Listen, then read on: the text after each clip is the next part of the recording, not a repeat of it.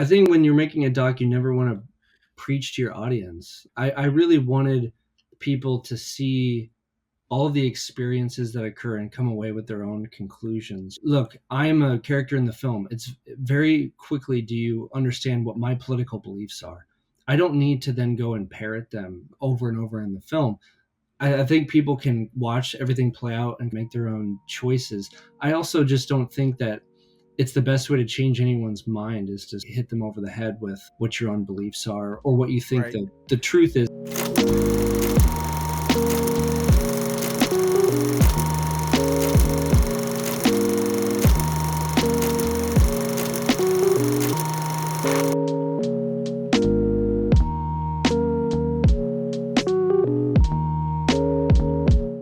Good day, filmmaker Nick Beaulieu of the film My Omaha. Nick, how are you this afternoon?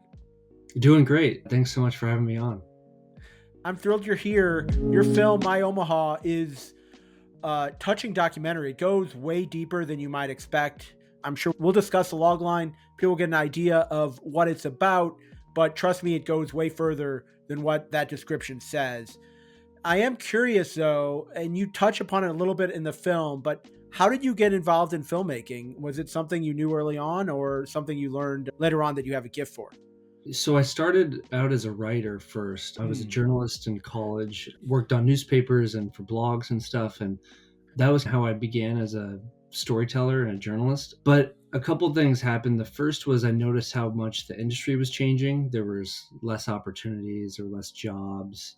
And then in college, I really discovered like true like independent films and art house films and basically all the kind of movies outside of the like blockbuster that I Right. hadn't been exposed to. And and prestige television as well. It's like when I discovered really good TV.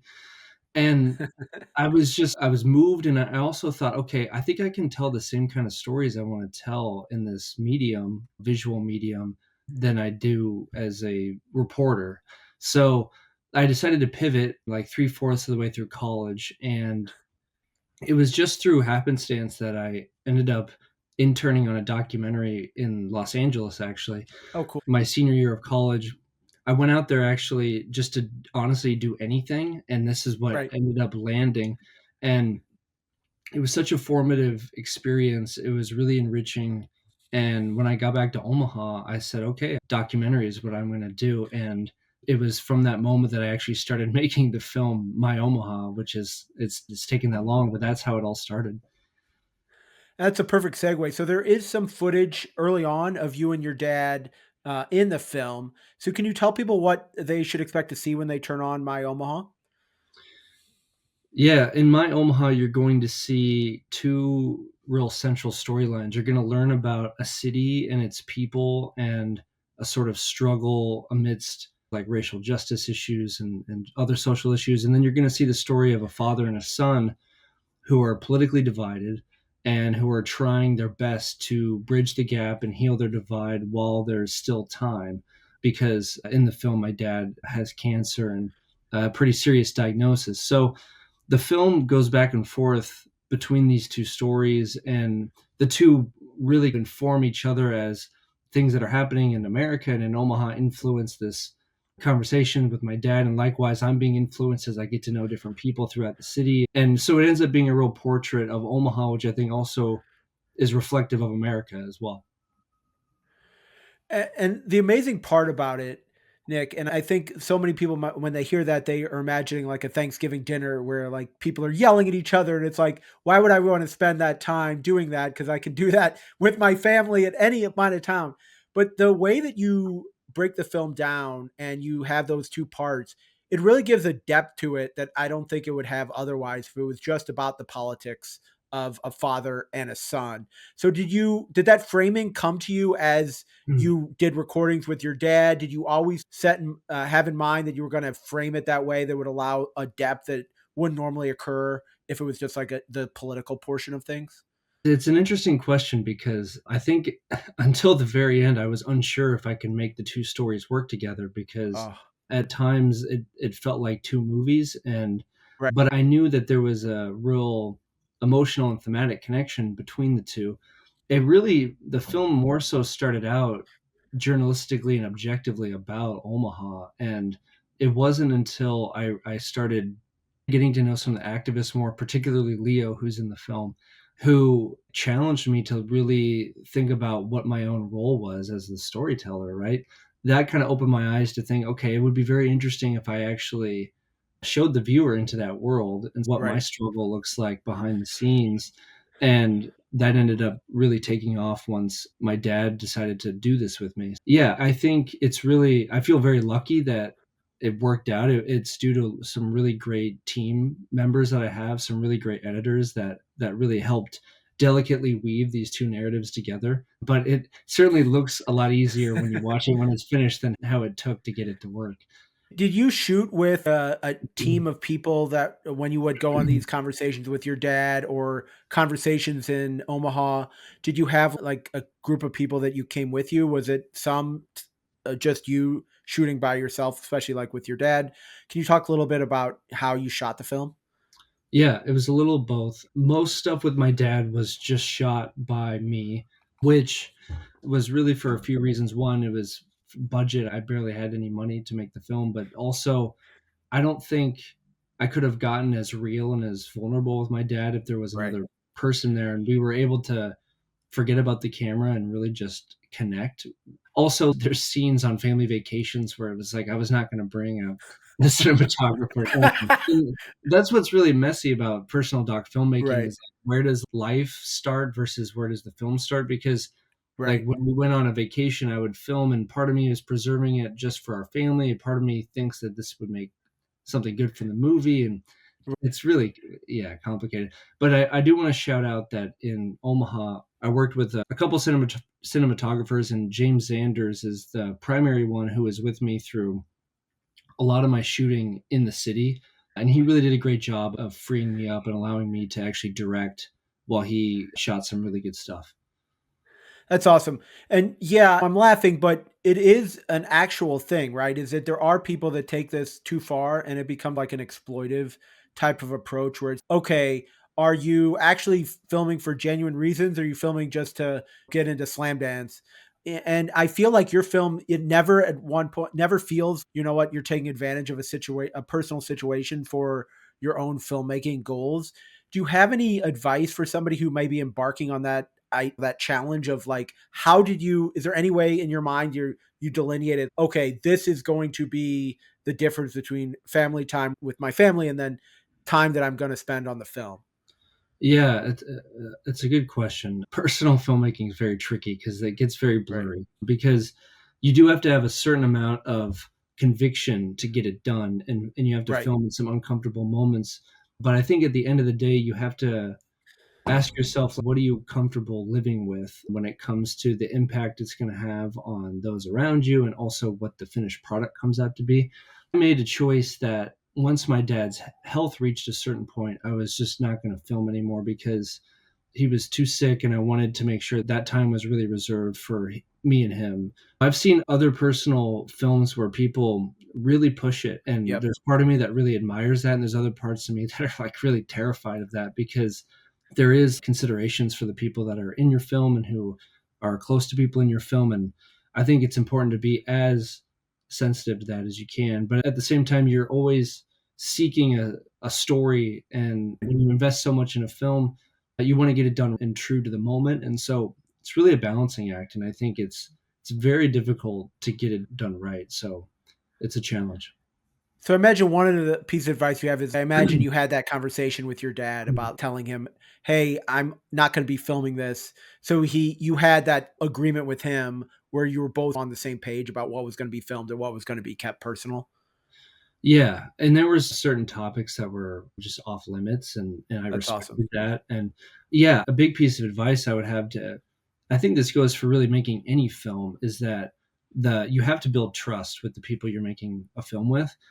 Right. And there's really a lot more dialogue happening behind the scenes and off camera than there is on camera. And that even goes to, I would say, the relationship I have with Leo in the film, the sort of primary character that's not in the family story. We had more conversations off camera about what this film was and what this film could be than what we actually ended up shooting together, I think, because we were building that relationship, right? Trust is the ultimate thing, because when you have that trust, then you can really be freed up to do what you need to do to make the film. But if you don't, there's going to be tension and friction in ways that are going to hurt you. Do you feel like the current state of documentary people are bypassing that trust, right? You're seeing like experimental docs, you're seeing hybrid docs, you're seeing like docs that have just a bunch of reenactments because they're not able to have the footage that you have, but they still want to make a documentary. How do you see like the state of documentary film? I feel My Omaha is traditional in the best sense. A personal doc, you'll find that going back quite a ways, but it's like keeping to the genre of documentary as we understand it. It's changing a bit. How do you see those changes? Yeah, I take a lot of pride in that compliment because I do think our doc is it's a pure doc in the sense that it represents reality in its fullness. The genre is a huge tent. There are abstract experimental docs and there's the big budget celebrity docs, there's the journalistic docs. I think where I get concerned is what's getting funded are documentaries that are profiling celebrities or famous people, and they're not really objective pieces. The people Right. are often executive producers, and they're getting final say over what's in the product, and it's just not a documentary, really. I do have an issue with that, and I think look, the reality is like that's what people are watching on Netflix, and that's what's like driving revenue, so the budgets are going to go there. Yep. But without being like a total cynic, I think that it's never been easier to shoot a documentary because the tools that you have as far as getting a camera and getting even just a phone that can record well and getting a very cheap editing software, anyone can make a personal doc over a weekend. Right. And the platform to show your work, whether it's self-distribution on one of the many online channels that are so vast, and there's all kinds of great festivals if you want to get like artistically fulfilled, there's opportunities there too. So I think the documentary is just as reflective as any other media in this fragmented reality that we are in with media, where it's the same goes for journalism. Really high quality long form writing is struggling just as much as the documentary is, and it's just because of the way the internet has changed the whole media landscape.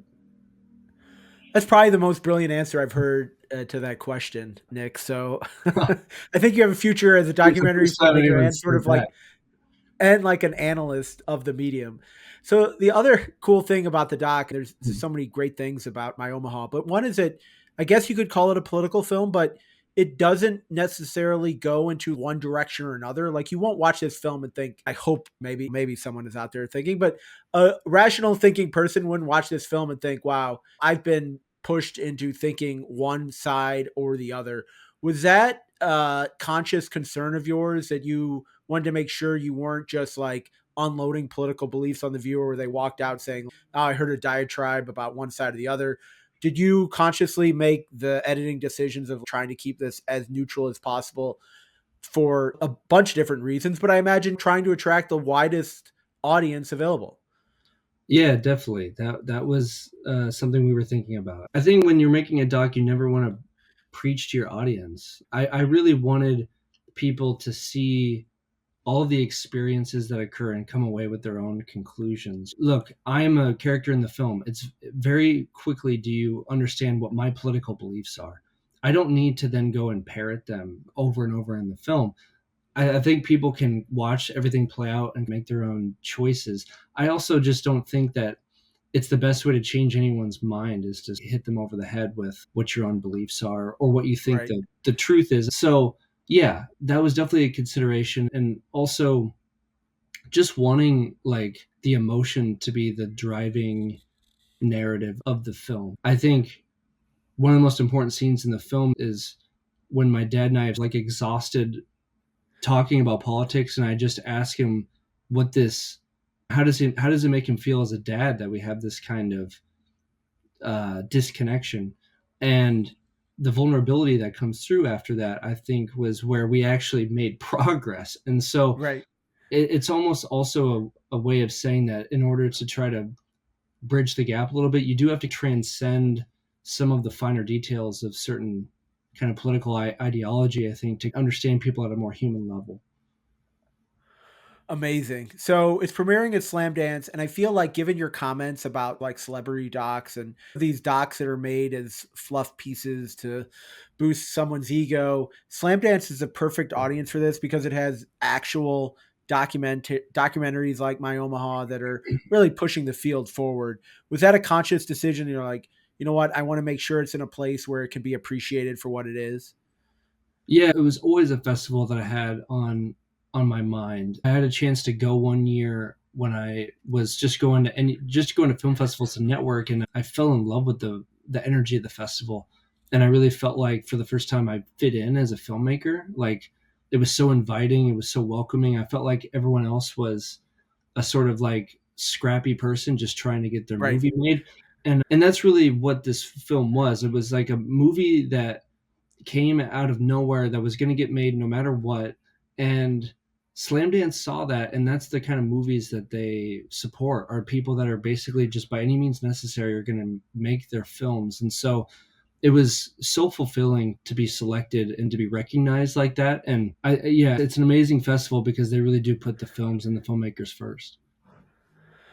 Love that. So, what's next for you, Nick? Will more after Slam Dance on when listeners, assuming they're go see the film at Slam Dance if you can, but if you can't, do you have an idea of when they might be able to see it? And then, can you talk about any other projects that you're working on? Yeah, we're starting to have some meetings about distribution, which is exciting. Nothing really lined up yet, but we're also going to see where the festival journey takes us this year. So I'm hoping we're going to play multiple cities throughout this year where people can go. And if you follow us on My Omaha Film on Instagram or go to our website, myomahafilm.com, people will be able to see where we're playing. Once the festival run's done, we're also hoping, obviously, that you can watch it at home in some capacity. So, yeah, a lot of unknowns, but it's an exciting time for that.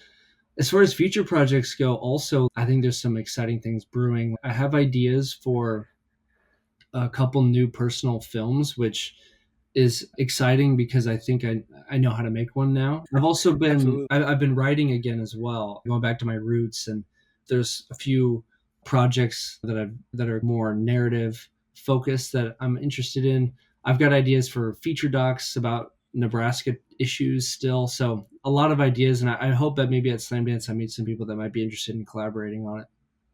Absolutely love it, Nick. So this is an indie film podcast. Love hyping other people's projects. I'd love to know two things. Is there a particular film or filmmaker at Slam Dance that you are really looking forward to meeting or seeing their film? And you can also use this film as the answer to the second question. But is there an indie film or filmmaker that you wish more people knew about? Yeah, there's so many films at Slam Dance I'm excited to see, and filmmakers. It's hard to pick one. I think Enough. I'll highlight we're screening with a short film called Project Dad, made by Camilla Jamtig. She's a Swedish filmmaker, and it's an amazing pairing because it's also about a father-child relationship, but it's so different in so many ways. Culturally, it's different. She's coming at it from the fact that she's a feminist and her dad is like a pickup artist. The way that she filmed it is a lot different than the way I filmed my film, but yet they like we're both like trying to do the same thing, and it's amazing to watch them together. So anyone who comes to my film will get a chance to see that film too, which I'm super excited about. But there's some amazing films across the whole lineup. I think all the doc features are interesting to me, so I would encourage anyone to take a look and try to see as many as they can, whether it's in LA or on the virtual side of the fest. That's awesome. Nick Beaulieu, the film is My Omaha. It's premiering at Slam Dance later on in February. Thank you so much for joining me on the podcast. This is fantastic. Your film, I think, will really help a lot of people have these conversations with their fathers, with their parents, with their uncles, whoever. It's not limited to one specific family member. I think we need more films like this that show like a personal it really is a personal your personal journey as you walk through the stages of life for your relationship with your father, your relationship with the city of Omaha. It's really a brilliant film. Thank you for joining me here on the podcast to talk about it. Yeah, thanks so much for having me. I really appreciate it.